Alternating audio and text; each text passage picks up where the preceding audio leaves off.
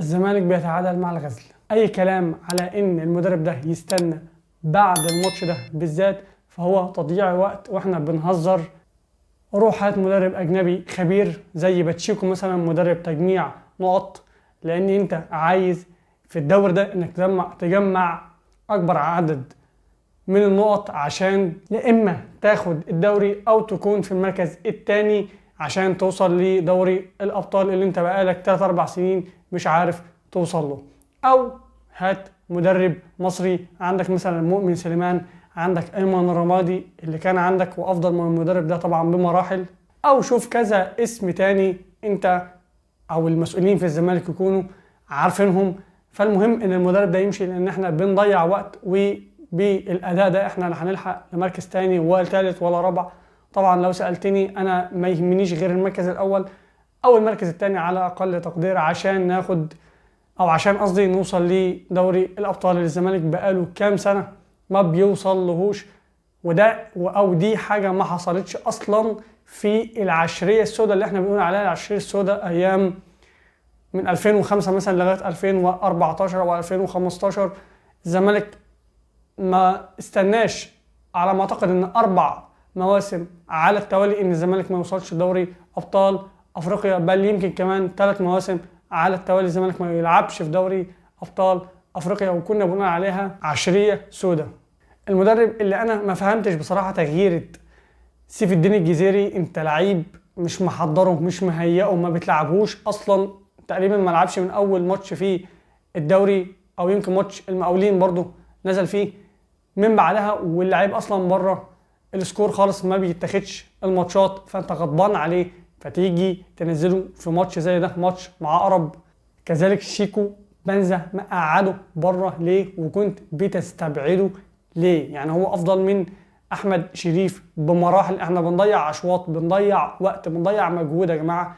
في حاجات انا مش فاهم ومش قادر افهمها، حتى تغيير الونش برضو انا مش قادر افهمها. محمد اسماعيل كان وحش فيه، كان حلو في الخروج بالكرة، فليه بتطلعه؟ حتى وان كان الونش برضو ما اثرش في حاجه لا بالايجاب ولا بالسلب، بس برضو في تغييرات بتفهمني وبتوريني المدرب ده رايح على فين. اللعيبه مش مركزه، اللعيبه في قرارات بتاخدها بطريقه غلط، في تشنج في الملعب، في توتر ما بين اللعيبه في اللقطه اللي شفناها ما بين ناصر ماهر وشيكو بنزا.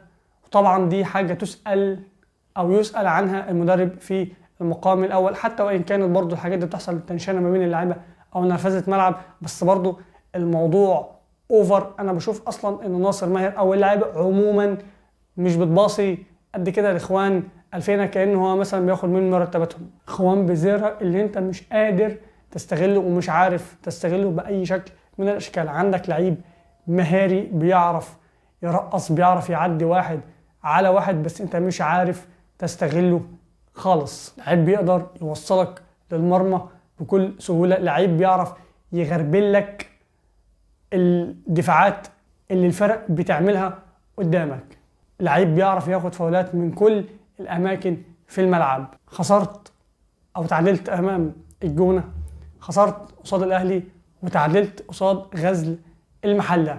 هي دي الماتشات اللي بتخليك تاخد دوري في الاخر. انا بتكلم عن الماتشات قصاد الفرق منتصف الجدول وقصاد الفرق اللي بتنافس على الهبوط. ما بقولش ان ماتش الاهلي طبعا تنزل تخسره، ولكن خسرته مثلا ماتش القمه مش اخر الكون او مش اخر الدوري.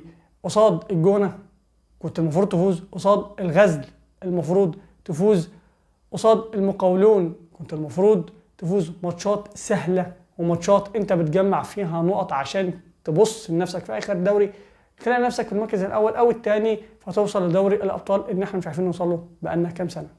طيب نخش على التقييمات. محمد صبحي في حراسه المرمى ياخد 5/10، عمر جابر 3/10، محمود بنتايج السيء 2/10، فلسفه زايده في الهدف اللي دخل فينا. اسامه عبد المجيد 5/10، محمد اسماعيل الجيد مدافع هيكون له اسمه في السنين الجايه فياخد 6/10. احمد ربيع انا بشوف ردود افعال الناس ما بين الشوطين وما بعد الماتش على اللعيبه عشان اشوف اراء الناس عامله ازاي. طبعا مع احترامي لكل الناس، في ناس عادي ممكن اخد برأيها، طبعا مفيش اي مشاكل، وفي ناس انا ما باخدش بآرائها، او بمعنى تاني بيكون ليا رأي مختلف. فمعظم الناس اشادت بأحمد ربيع. انا مش مع قاعدة خالف تعرف، ولكن ما شفتش حاجة حلوة من أحمد ربيع قد كده إن الناس تشيد بيه. أول ماتش جاب هدف، ولكن أنا مش هقيمه بناء على الهدف اللي جابه. أنا بشوف إن هو لعيب غشيم ومندفع جدا جدا جدا ومتهور جدا. الناس هتقول لي طارق حامد كان نفس النوعية، هقول له لا، طارق حامد حاجة تانية. ثم إن طارق حامد أصلا كان في الخروج بالكرة أو الاستلام والتسلم كان فوق الممتاز. أحمد ربيع بشوفه عشوائي حبتين، عنده القرارات متسرعة، غشيم حبتين، أنا آسف في اللفظ يعني، ومتهور ومندفع حبتين. لكن كمجمل وكأول ماتش كويس لعيب أول ماتش، رهبة الزمالك برضو لعيب أول ماتش، فكويس. أتمنى أن يكون أفضل من كده، أكيد يعني، فياخد 6/10. أحمد حمدي كويس طبعا، لو جاب فورمة هيكون مكانه أساسي في الملعب. أحمد حمدي كويس، فياخد 5/10. ناصر ماهر، بصوا بالنسبة لي ناصر ماهر تاني أو أهم لاعب، هو وخوان بزيرة مع بعض، ده أهم لاعب بالنسبة لي. يعني عايز تعرف جودة ناصر ماهر، في حاجات لازم، في تفاصيل صغيرة لازم تركز فيها. بمعنى يعني شوف الكرة اللي لعبها لخوان بزيرة، وخوان بزيرة حطها بشماله ومدافع غزل المحلة طلعها من على خط المرمى. الكرة وهي جايه لناصر ماهر، اللمسة اللي اداها لخوان بزيرة على رجله بالظبط، فاكر الكرة دي صعبة. يعني اللي لعب كرة هيعرف ان الكرة دي صعبة، ان الكرة تكون جايه لك بالقوة دي وانك تديها له ببطن رجلك من مرة واحدة، فدي حاجة صعبة. كذلك برضو ناصر ماهر والكرة تحت رجليه الواحد بيبقى مطمن. لعيب لو فقد الكرة بس في كور تانية هيدي لك فيها حاجات حلوة هتسقف له عليها. لعيب بيعرف دريبل بالكرة عنده ممتاز، بل فوق الممتاز. لعيب بيعرف يقف على الكرة، لعيب بيعرف يحجز على الكرة، لعيب الكرة غالية عنده، او لعيب الكرة عنده بيعرف يتصرف فيها. يعني في كرة في اخر الماتش اخدها وقعد يجري ويعدي من كام لاعب، واداها لعمر جابر اللي عرضها وخبطت في لاعب غزل المحله وطلعت ركنيه.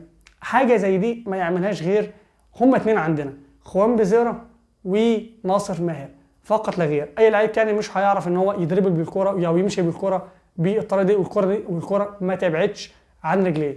ناصر ماهر انا بقيمه كمجمل كلعيب، لكن في الماتش ده ممكن يكون وحش من وجهة نظر الناس، ممكن يكون كان كويس، بس هو على العموم ياخد 6/10. خوان بزيرة طبعا لعيب ممتاز. الكرة اللي شاطها في القائم او في العارضة طبعا دي حاجة حرفنة سحر برازيلي، لعبة جميلة جدا. كنت اتمنى طبعا ان هي تدخل في المرمى، بس مش عارف يعني الزمالك مع العارضة قصته ايه، انا ما اعرفش، ولكن خوان بزيرة النهارده كان كويس، فياخد 6/10. احمد شريف مش مقتنع بيه يا جماعة، مش مقتنع بيه. لعيب ممكن يكون مجتهد ولكن مش زمالك، لعيب مش زمالك ابدا، فياخد 4/10. عمرو نصر برضه مش مقتنع بيه، يعني في كرة في الدقيقة 8 في الشوط الاولاني كان معاه خوان بزيرة فتح، والاثنين مدافعين كانوا بعدين، فكانوا سايبين له مسافة كبيرة ان هو يشوط او يديها لخوان بزيرة. لو كان شاطها انا كنت هقول عليه ان هو مهاجم، فعلا مهاجم. الكرة بتيجي قدامك انت على حدود ال 18 ما بتسميش، الكرة بتيجي قدامك بتشوط على طول. فهو ما عملش كده، لو باصه لخوان بزيرة ولو شاطها. طبعا مش هقيمه من الكرة دي، ولكن في كور برضه بتديك ايحاء كده ان اللاعب ده سكته رايحه على فين. يعني عمرو ناصر بصراحه انا مش شايف انه افضل حاجه، ومش شايف ان هو يكون المهاجم الاساسي لنادي الزمالك. ممكن بديل لو ارتفع مستواه او تحسن مستواه، فياخد 4/10. التبديلات، سيف الدين الجزيري طبعا لعيب راجع من بعد عن الماتشات، فياخد 2/10. الونش عادي جدا، فياخد 3/10. معالي عبد الحميد لعيب برضه سيء، لا يصلح لنادي الزمالك فياخد 2/10. شيكو بنزا. شيكو بنزا لا، هو كمجمل هقولها تاني. انت عايز ايه من اللعيب اللي انت بتجيبه للدوري المصري؟ حتى وان كان لعيب محترف بيقبض بالدولار، بس برضو انت عايز منه ايه؟ انا عايز فينش، عايز سرعه، عايز مهاره، عايز دريبل، عايز هيدرز، عايز. اكيد طبعا قلت لك لو في كل المميزات دي مش هيكون هنا مكانه في الدوري المصري. شيكو بنزا كويس في ان هو دريبل بالكوره كويس، سريع، بيشاكس، بيهد في الدفاع. يعني الكره اللي اخدها واداها لسيف الدين الجزيري اللي شاطها خبطت في لعيب غزل المحله وطلعت ركنيه، كره زي دي احياها. انا بشوف ان هو كويس، اوفرول كويس، يلعب اساسي. طبعا دماغه عايز تصنفر، عايزه تتظبط، عايزه. طبعا الحاجات دي ترجع للمدرب. اللعيب اذا لم يستجيب لده فطبعا يتباع. يعني اللعيب انا بحاول معاه مره واثنين وثلاثه عشان اعدله دماغه، العقليه بتاعته مفيش ابدا، فخلاص هيتباع. ولكن شيكو بنزا كويس فياخد 4/10. سيف جعفر. هو سؤال، لماذا يلعب سيف جعفر كرة القدم؟ ليه؟ بجد ليه؟ 0/10. يانيك فيريرا كذلك، لا مفيش تقييم. هقيمه ايه؟ انا لو اديته 0/10 يعني كده في تقييم، مفيش تقييم. نتمنى ان الزمالك يقيل المدرب ويستقدم مدرب خبير او مدرب مصري. انا شايف انه هيكون افضل من يانيك فيريرا، اي حد هيكون افضل من يانيك فيريرا. وبس كده، سلام.